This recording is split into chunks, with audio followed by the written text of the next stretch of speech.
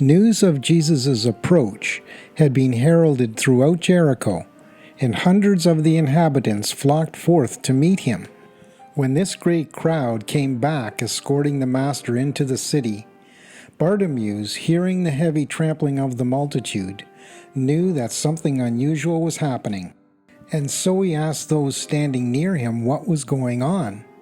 And one of the beggars replied, "Jesus of Nazareth is passing by." When Bartimeus heard that Jesus was near, he lifted up his voice and began to cry aloud, "Jesus, Jesus, have mercy upon me." And as he continued to cry louder and louder, some of those near to Jesus went over and rebuked him, requesting him to hold his peace. But it was of no avail. He cried only the more and the louder.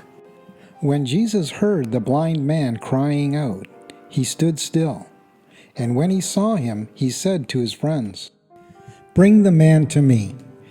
And then they went over to Bartimeus, saying, "Be of good cheer, come with us, for the Master calls for you."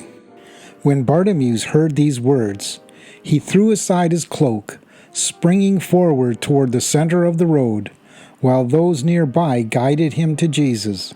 Addressing Bartimeus, Jesus said, "What do you want me to do for you?" Then answered the blind man, "I would have my sight restored." And when Jesus heard this request and saw his faith, he said, "You shall receive your sight. Go your way. Your faith has made you whole."